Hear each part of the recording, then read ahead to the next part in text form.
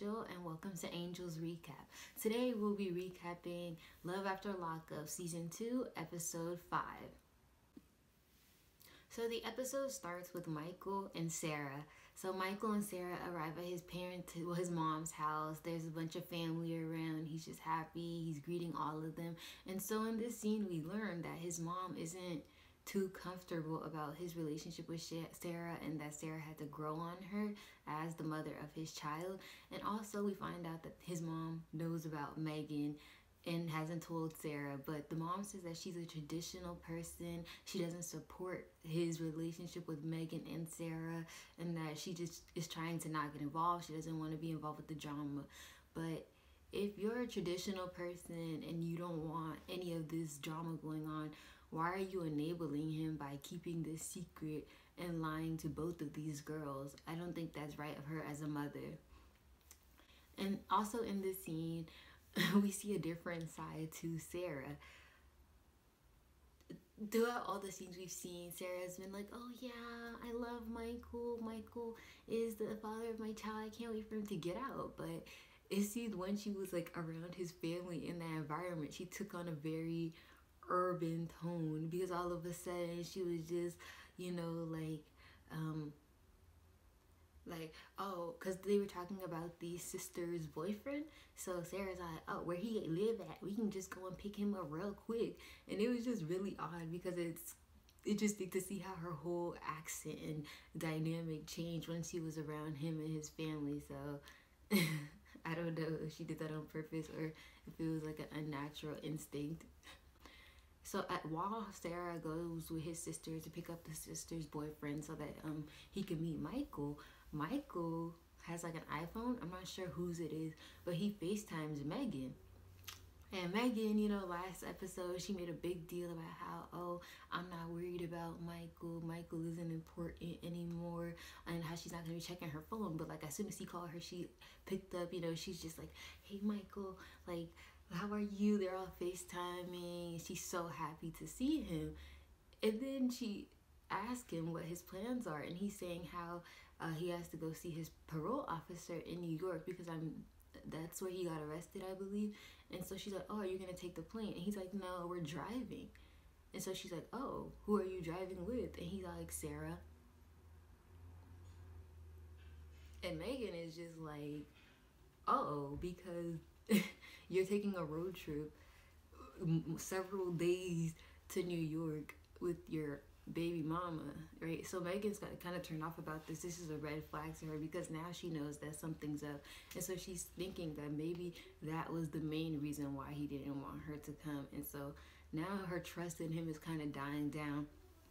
And so he shocks Megan by, while they're on FaceTime, giving the phone to his mother.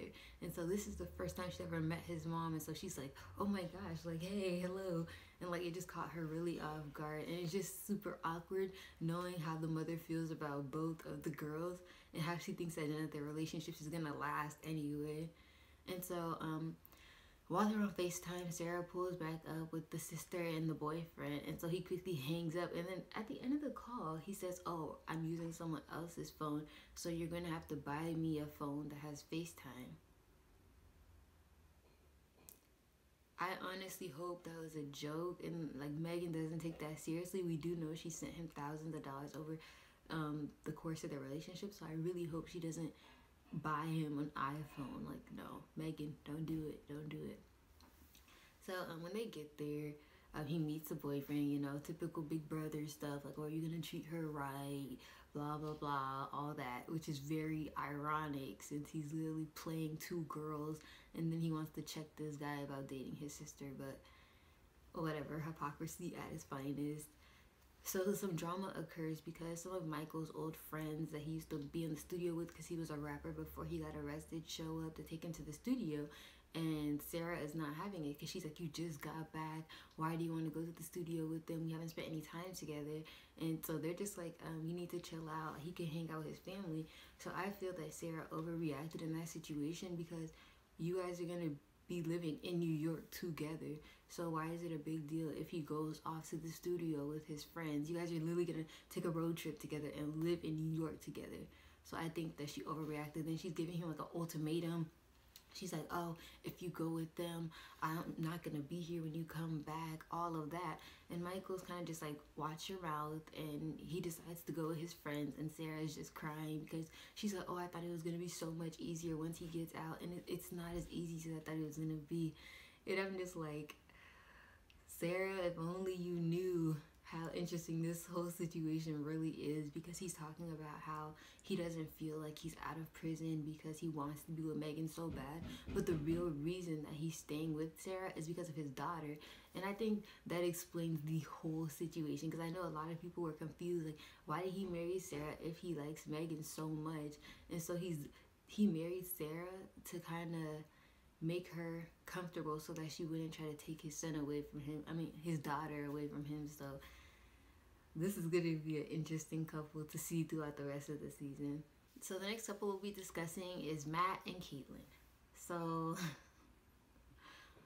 I think in this episode we can truly see which couples are going to last and which ones are going to fail. And I really honestly think that they're going to fail, because let's just start from the beginning. So in the car, you know, they're discussing their rendezvous for the past couple hours, and then Caitlin's talking about how is he tired, and 12 more babies in her, and how she's gonna be called Octo Caitlin. Just a really horrible conversation, and all I could focus on was that she was driving with like one knee up. So I'm just like I was so confused. I'm like, is she driving because like one knee's up and she's driving? Like, I know you can drive with one leg, but it wasn't safe at all, I don't believe. When they're driving to his mom's house, he said he's still not happy about living with his mom. When they get there, he reunites, you know, she's hugging him. She's like, oh, I haven't seen you in forever. And he's just like, oh, this is how I know my mom has unconditional love for me, because she's always there after I get out of prison, you know, she loves me. And so they get into his old bedroom, and the mom is like talking about how he used to jump out of the window to go get his drugs and like sneak out. And so Caitlin was like making a joke like, oh, I'm gonna sleep at the end of the bed so I can like stop him if he's trying to jump out the window. And Matt gets like super cryptic. He's like, I just want you guys to know that if I want to leave, no one's going to be able to stop me. And I think that should have been a huge red flag for Caitlin. Like, his mom, like, she already knew, like, his habits, and she knows that he's going to go back to drugs. But when he said that, Caitlin should have instantly saw the red flag waving. Like, he has intentions of going back to using drugs, and you're not going to stop him as much as you think that you're going to stop him. But, so Matt's mom leaves the room to give them a little bit of privacy, and so him and Caitlin are talking, and Caitlin's basically talking about, oh, him getting a job, what are the next steps going to be in his relationship. And like Matt is progressively getting more agitated and like anxious, and you can kind of see it, like it ticking in his head. Like his mom said, usually he lasts good the first 8 hours, and then he starts getting antsy and he goes out to do drugs. And you can kind of see the progression. Like the more Caitlin talks to him, the more like anxious he's getting. He said that she's acting like his mom, and like you can see that he's slowly going back to his old ways. And he said that he's already feeling antsy, and he's only been home for 10 minutes. So I think that's a big red flag, because I don't think he can stay off of drugs if he's only been off of them a day, and he's already feeling like he needs that high, which is kind of sad. And he said his main thing is he doesn't like people to control him, and he doesn't like feeling trapped. But prison is the biggest place to go to if you want to be controlled and trapped. So I don't know why he feels that instead of listening to Caitlin and his mom, he'd rather go listen to an officer in prison. But to each his own. And I feel really bad for this couple, because Matt is going to go back to drugs, sadly. So the next couple is going to be Scott and Lizzie. So for this episode, they're basically talking, and Lizzie feels like she should give Scott a makeover, because she thinks that he's very, very insecure, which he even admits himself. She said, I think you're insecure. And he's like, yeah, I'm insecure. Like, just wholeheartedly admits it. And I think that's so sad that, like, Scott is just so insecure. Like, I don't know what happened to him in his lifetime that he just feels so incompetent. Like, I don't know what happened. Someone needs to find out, like, what happened to Scott. And so Lizzie is basically saying that, like, insecurity on a man it's not attractive, and how being needy isn't attractive. So she wants to give him a makeover to kind of raise his confidence. And like I can give Lizzie that, even though she is using him, like I think that's nice of her to try to like boost his confidence, because he's really sad. Like, Scott makes me sad, very sad. So basically, she's like asking him like what she can do, like if she could cut his hair, cut his beard, and Scott is just like, I'm here for you. Whatever you want to do, do it to me. And I'm just like, Scott, like, what? And he's just like, hair grows back, skin grows back, limbs grow back. Okay, he didn't say the limbs part, but basically he's just like, Lizzie can do whatever she wants to me, and it's okay, because I just love and care about her so much, and anything she wants to do to me, I'm completely okay with it. I was just like, Scott. Scott. Okay, whatever. And so Lizzie, she's talking about her experience, and she's saying how she did a cosmetology program when she was in jail in California, but she was too high. So, they had to kick her out the program, but she thinks that makes her certified enough to give Scott this makeover. So, she starts cutting his hair. The haircut was actually looking pretty good, even though she said she messed up. I didn't see where she messed up.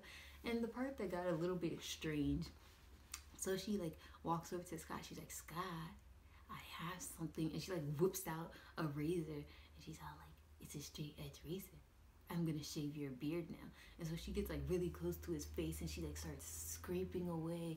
And then like it just looked like something off of Fatal Attraction or some murder scene. And she's just like, I'm just doing this. I don't think I'm good at this. And then so Scott was trying to say something. She's like, stop talking, Scott, while she's shaving him. And it was just really scary to watch. Like, I'm like, is Lizzie gonna murder him on camera? She's not gonna murder him on camera. Is she gonna murder him on camera? It was really tense. I was kind of nervous. And so I don't know what that whole scene was about, but it showed that Lizzie's a little bit crazy, and Scott is okay with it, I guess. But at the end of the look, he looked way better. He looked cleaner, and I think the makeover was really good for him. And so, after that scene, she like sits on his lap and asks him to take the lead in their kiss, and it's just a really awkward kiss going on. And so she's all like, okay, that was you taking the lead, let me show you how it really goes. And so she does hers, and it was just a horrible scene. I was disgusted, quite frankly. After they do all that, they have like two separate scenes. Scott is with his son, Lizzie's with her daughter. And so Scott's son is saying, oh yeah, your look looks nice, but this is the first time like his son is really giving his opinion. So he's just like, yeah, I don't really like Lizzie, and how he always has to help his dad and things like that. And so like this is the first time we're actually starting to hear like the children's perspective of the relationship. And Jasmine, we already know Jasmine, she does not like this relationship at all. So she's telling her mom like, no, Scott's a weirdo, I don't trust him, I don't like him, so. But Lizzie's getting ready for a date with Scott, so we're gonna see what that date leads to in the next episode. So the next couple is Brittany and So the next couple is Brittany and Marcelino. The next couple is Brittany and Marcelino. So, oh yeah. So Marcelino really isn't helping his case. Last episode, we saw how aggressive and controlling he got with Brittany at the dinner, taking away her food and telling her to listen to him, all of that. And he didn't really help his case this episode. So Brittany is saying that he apologized after that whole occurrence, and they talked about it, and things are gonna get better. So they're in like a restaurant, this really nice, beautiful restaurant. Like they have waterfalls in the back near the lake. And so they're waiting to meet up with one of Brittany's friends from prison. I think it's her bunkie named Sasha. And so Marcelino is very agitated and very upset because Sasha is running late to this meeting. So he's like just making comments about being tardy. He's like, oh, the hostess comes over, he's giving them drinks, and he's like, I don't know why someone would show up very late to such a beautiful venue, and if someone invited me out to such a fancy restaurant, I wouldn't be late. Like kind of making it seem like the girl should be honored to be in his presence because of the fancy restaurant. He's just making snide comments, so that's not already helping him and Brittany's situation. So Sasha get there, and oh my god, Sasha like She's so beautiful. It's out of control. Like, she's really beautiful. And at first I thought like they were gonna say that Sasha and Brittany had a relationship, but then Brittany's just saying no, that's just like her close friend and that she loves her and everything. And so Sasha shows up, she's just like, hey, and then Marcelino, he just jumps straight to it, like, oh, was there a lot of traffic on your way here? You know, and then Sasha's like, oh no, I live right down the block, so, you know, it was pretty easy for me to get here. And so Marcelino really was upset about that, because then she had no excuse to be late, kind of. And so he just jumps straight into it like it's an interrogation, like no friendliness at all, like straight on Jill Sargent. I think the military in him just kicked in. He's all like, so I never heard about you. Tell me about you, because she never talked about you. And so Sasha's just like, yeah, we were bunkies. Okay. And so then he's like, well, what were you in prison for? And so Sasha's like, oh, you know, I was dating this guy. I'd made some bad decisions trying to impress him. And then Marcelina's like, oh, so you like thugs?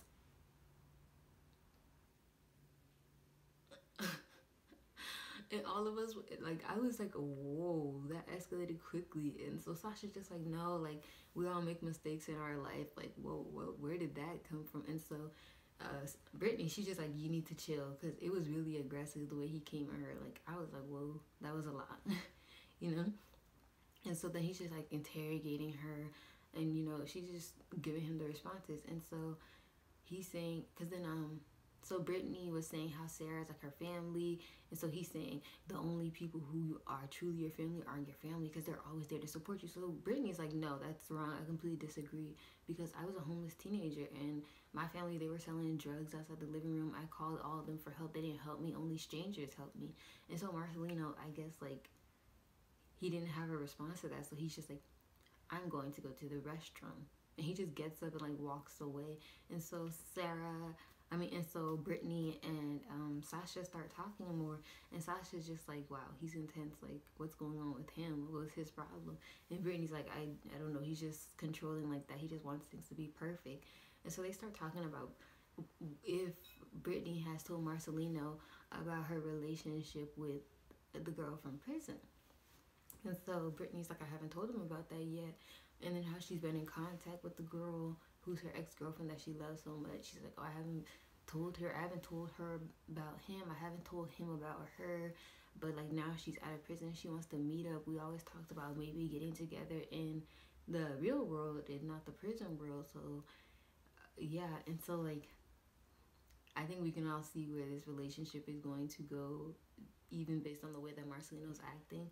So I think that Brittany's straddling the fence in both relationships, basically.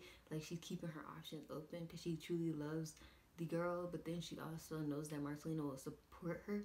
So I think that she's kind of weighing out her options and seeing what the best solution is going to be for her circumstance. So I don't see this relationship lasting, especially not with Marcelino's behavior. This couple is Clint and Tracy. So in this episode, you know, this is after Tracy has her whole makeover. You know, they dyed her hair. He bought that wonderful dress for her.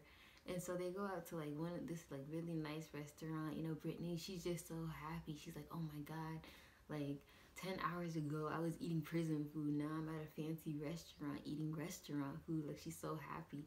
And so her and Clint are basically talking. You know, they're just like obsessed with each other because he thinks that that's his goddess.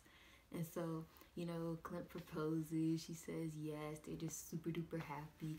And then so someone in the restaurant asks her like, oh, how long have you guys been dating? And they're like, oh, we've been talking for 6 months, but we met for the first time today. So the guy's just like, wow, his like talking rap game must be really great. And she's like, yeah, all his game is great. Oh my God. So they're just so happy. They go outside, like they can't keep their hands off each other. Brittany's just so happy. She's like, within like the past 10 hours, my life has changed so much. And that brought it back to my attention. I'm just like, wait, this is all one day, not even 24 hours. Like, she got out of prison, got the whole makeover, and now she's at dinner getting proposed to. I was like, whoa, this must have been an epic day for her. And so after the proposal, Clint is like, oh my God, this is one of the biggest things the biggest events in our relationship. And I'm just like, like, within the past 10 hours, like, you guys met and then you're engaged. So I'm pretty sure the biggest event it kind of, yeah, that's kind of odd to use that kind of phrase when you haven't known each other that long, you know. And so they're just super duper happy. And I know a lot of people have been saying that they give off like killer couple kind of vibe, and I actually saw it like in the car when they were talking. Like, to me, they just seem so like Bonnie and Clyde-ish. Like, they would do a lot of horrible stuff together and just be like, we love each other, so it's okay. So I'm gonna keep my eye out for them, but I think they might actually like go through with the marriage at the end of the season and stay together for a while. But I think they talked about Clint's living situation and where Tracy would live, since she's gonna be in Texas. So I don't know how they're gonna work out the long distance part of their relationship. But yeah, we're gonna see the wedding next episode. And so they go back to the hotel room. You know, WeTV loves to have scenes outside of people's doors, so that's kind of where their scene ends off. So yeah. Alright, thank you all so much for watching. If you enjoyed this video, please be sure to like, comment, subscribe. Keep the conversation going in the comment section. I would love to hear your opinions about these couples and these wonderful life situations. So, you know, just come back for more. This is Angel's Recap. So, alright, bye-bye.